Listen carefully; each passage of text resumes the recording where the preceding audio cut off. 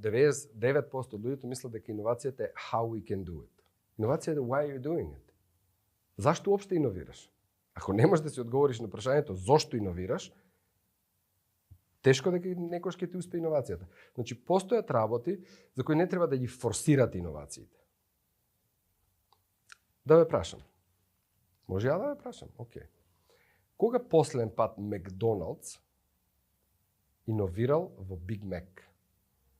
И колку време трае тој производ?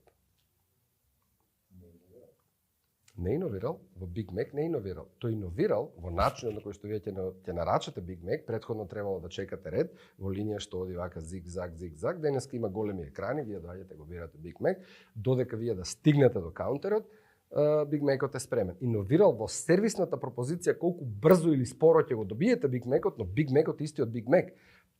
Се додека нема потреба за радикална промена во начинот на кој што се обслужува човечката потреба, не треба да биде форсирана иновацијата. Во рамките на иновацијата вие секогаш имате три компоненти. Вие создавате некаква идеја. И таа идеја одговара на следно прашање. I help who do what because of why. I help X do Y because of Z. Ако може да си одговорите на прашањето, ви имате вредностна пропозиција која создава вредност за другите, за сите. Викаш, I help these guys solve their problem Y in situation Z because of тралала. Океј, го имате тоа. Тоа е првата компонента на иновациите. 90% од луѓето завршуваат на првата, ние им помагаме на компаниите да бидат супер, браво, помагајте им. Тоа не е водење бизнес. Тоа е social work. Втората компонента се вика value capturing компонента. Ова е value creation компонента. А втората компонента на бизнес моделот, која е залепена како цигла до првата, е value capturing компонента. Колку од вредноста што вие создавате за светот, може да си однесете дома?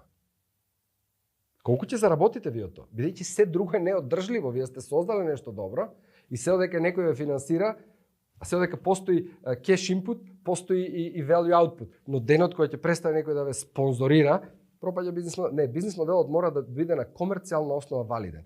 Измеѓу нив може да ставите као покрив и да речете која е логичката реченица која ги поврзува овие двете. Зошто луѓето биле спремни да го платат тоа?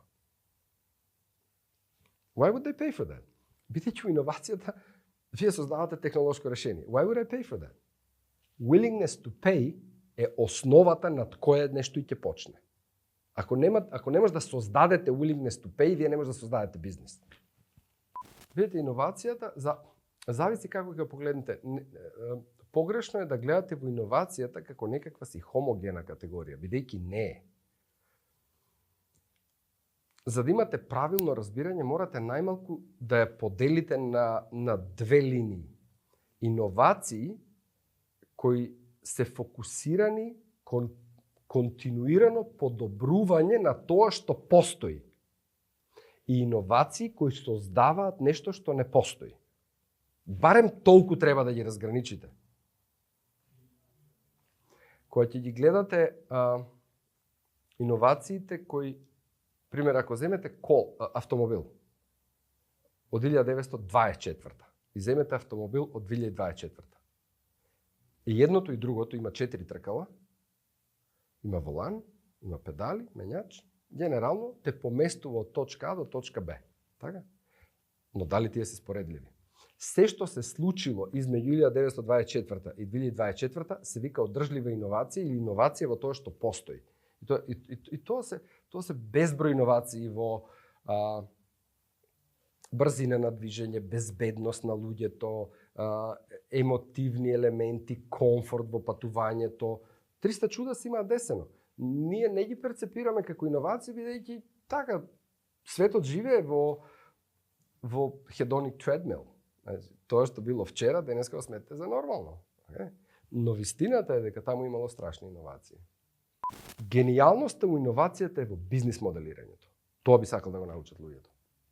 Бидејќи adoption, на старт имате луѓе во adoption curve, првите луѓе се иноватори. Тие ќе го користат затоа што се фанатици за нешто ново. Такви се 2% од луѓето. 2% од луѓето што и да понудите на пазарот, сега тие ти го купат од љубопитност да го пробаат или затоа што се jet setter или што и да име.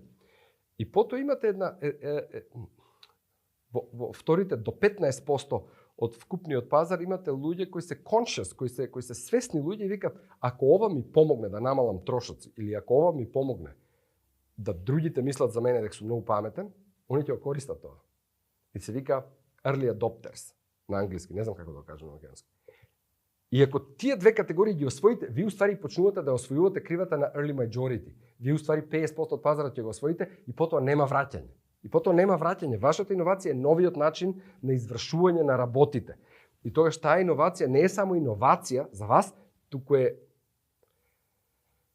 радикално пореметување на начинот на кој што се извршуваат работите во вашето општество. Нема враќање назад.